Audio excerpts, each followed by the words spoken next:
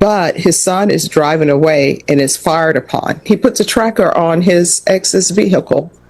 That's an issue. So it comes from a good place, but how he is not able to regulate his emotions, he snapped and he did something that he would have never done. You're abject to that. Okay. In the pursuit of truth, we analyze the law. This is Justice Clash 24. A father fired a shotgun during a family breakdown, and the judge became deeply concerned after hearing one shocking detail. I'm sure, based upon his actions, the affair, having children, then, as you said, counsel springing it on the family, and they're supposed to be accepting of these other people. So I'm sure it was heated arguments on both sides. I'm sure the telephone call was a heated phone call. And I understand that. But here's my issue. He goes there. The son is outside. Nobody's presented any information to the court that the son threatened him. I'm sure they had a heated conversation, and that is why based upon the testimony that the son said, where your client was just one moment. But his son is driving away and is fired upon. Again, I understand that everything is heated. But then he goes to therapy, which was the evidence that was presented to the court. And I have the certificate. I've read it. Great. That means that he's addressing the issue. If that were all there was of the evidence, it would be an easy decision for me to make based upon the testimony that I've heard. But after he finishes with therapy and he gets a certificate, he puts a tracker on his ex's vehicle. That's an issue. And it seems that he's not letting go. Could I address that? Sure. And that's what I want you all to address. And I'm just telling you all what my issues are. And now I'll hear arguments from both sides, and you all can address that. And if anybody wants to call some... Anthony is a 56-year-old man. He's 2 years younger than me. He's a flawed man. Like most of us, we all have details at different degrees. Mm-hmm. He's flawed in the sense of regulating his emotions. I think we feel after talking with the family and getting to know Anthony a little bit more, it kind of stems from his childhood with his mother. Not having a solid place for him to go, so he was moved and shuffled around.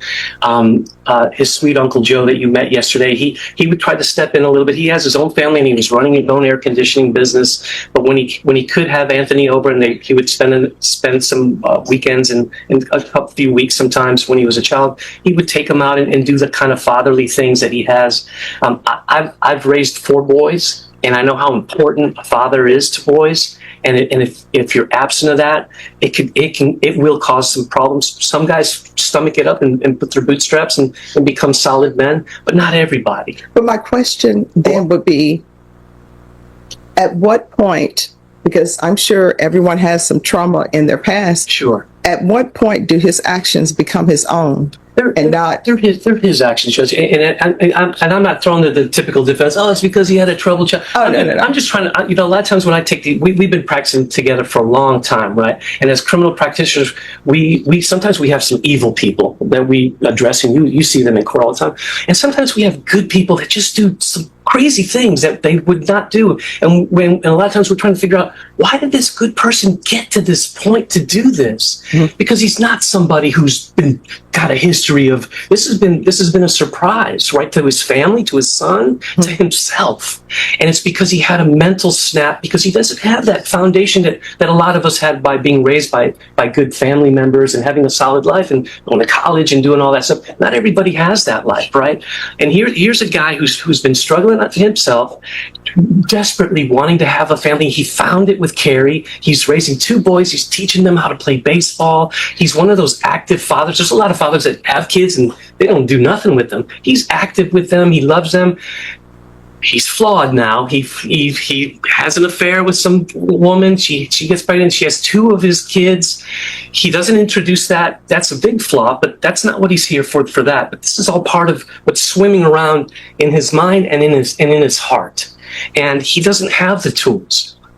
This happens. The son, they're all mad, and they putting hands on each other on past things. He's already invited them. You want to do something? So this is already getting to the point of some possible violence, and then he's frustrated because he desperately wants his family to just accept the 2 girls, which is not a realistic thing, but in his childish kind of emotional way of thinking, I just want my family to be together because that's what he wants. So it comes from a good place, but how he is not able to regulate his emotions, he snapped and he did something that he would have never done. The courtroom heard emotional testimony about trauma and mental instability. Family members begged the judge to show mercy. But then prosecutors revealed the defendant secretly tracked his ex-wife's vehicle, and the entire hearing suddenly changed. If we would have thought that, oh, this is a self-defense case, this is not this is an imperfect self-defense case, and that's why we're pleading. He's taken responsibility. He knows that what he did was absolutely bonkers. I've seen him cry with snots coming out of his nose because of how deeply he feels that he's hurt his son. So now we're here, and this happens. And hats off to SAPD, Chief McManus, who was my captain when I was a police officer in DC. Chief McManus, they showed up to Anthony's house, and they were trying to make a decision with SWAT. Do we go in and grab this guy? And when Aunt Sarah came and they asked some questions and then they looked at his background, they figured out, okay, this is not one of them guys that we need to go in there, kick the door down, and possibly shoot. He's not somebody who's like a gang member. This is a good guy who's had a snafu. And let's just wait and we'll pick him up a few days later. So hats off for them for doing that. They don't do that in every case, but they did it in this case because he was telling them on the police report, shoot me. He had snapped. He knew that he had done something that he couldn't even believe that he did. He didn't even know where it came from. So finally, he gets arrested. We put him through therapy, the first therapy that he's ever had in his life. And just because he's in therapy doesn't mean that he's cured. This is going to take a long time, but he's learning the tools. His family starts to see that, he's changing. He's not like impulsively getting mad whenever he's being like a normal person. He's figuring things out. He knows that he had to make a change. And if you've read in the PSI when the probation officer asks him all these questions, it's the same thing that he said to them back then. He's saying it now.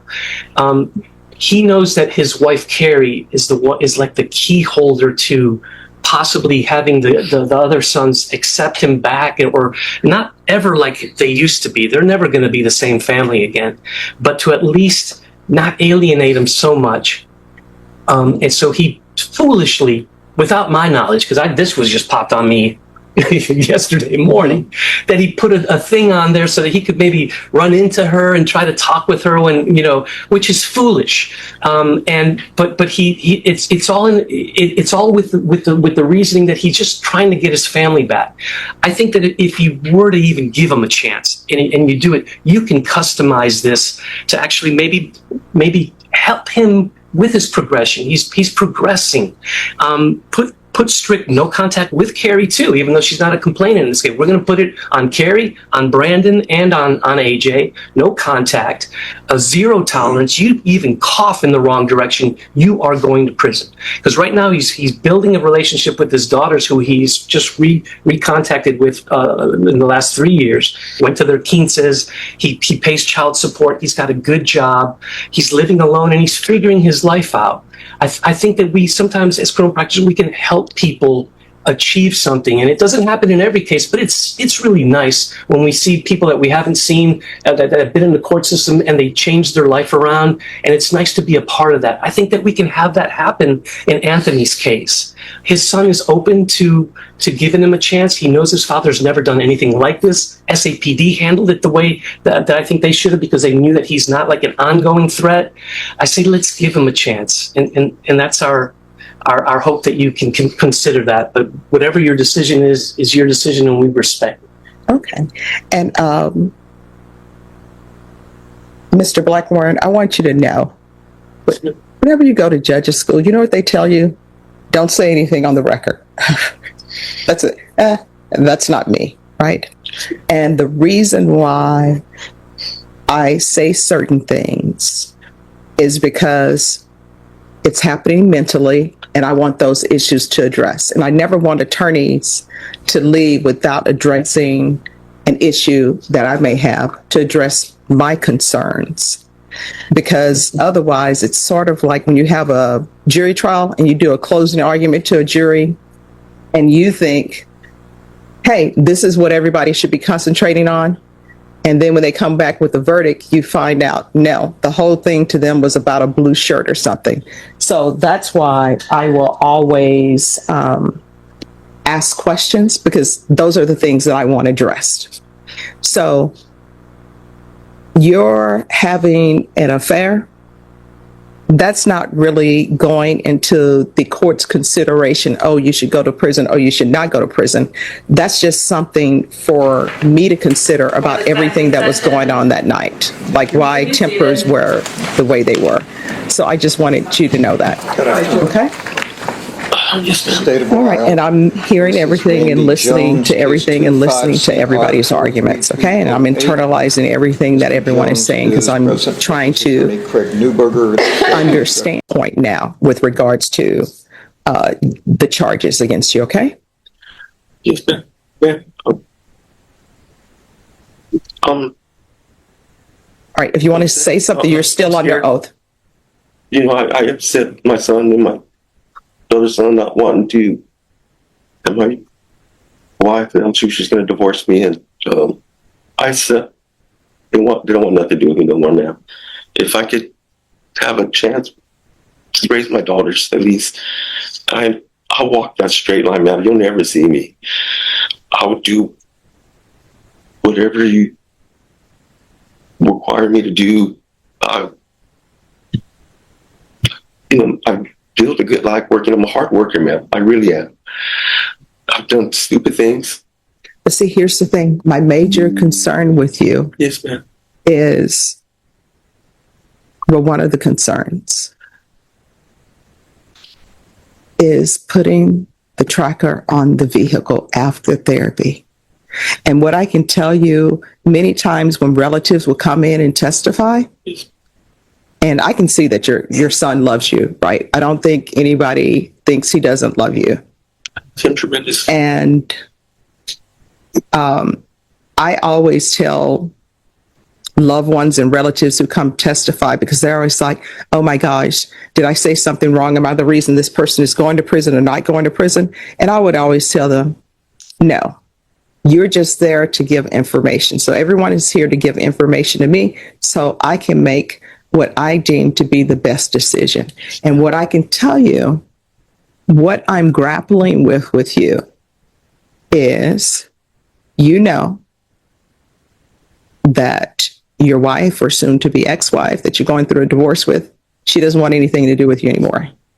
And correct me if I'm wrong, but it appears on that night, she didn't want anything to do with you. And if that would have been it, where she doesn't want anything to do with you, this happened, I hear all the evidence, and there's no tracker on her vehicle, then I would not be taking that into consideration as some of the evidence.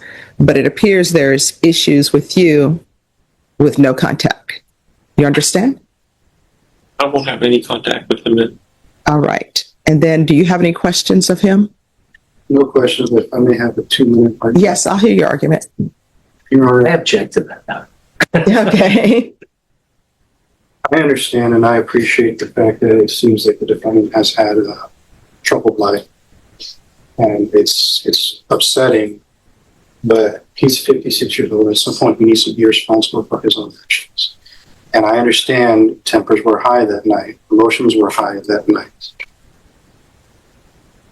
But to get to the point where he's going to fire a shotgun at his son, when all he could have done, step away gone back inside or just called the police saying, I feel threatened by my son's presence here. I need help.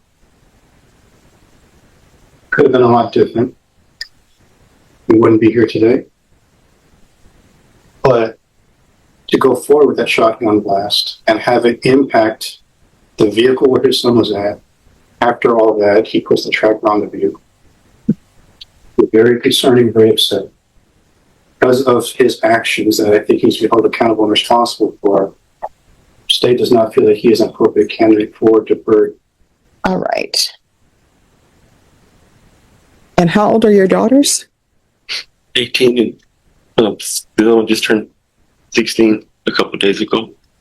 All right. This is what, and mind you, I'm taking everything in consideration in my sentence. This is what the court is going to do. The court will find you guilty, sentence you to $1,500 fine, time and money will run concurrently. The court will sentence you to 3 years in the prison,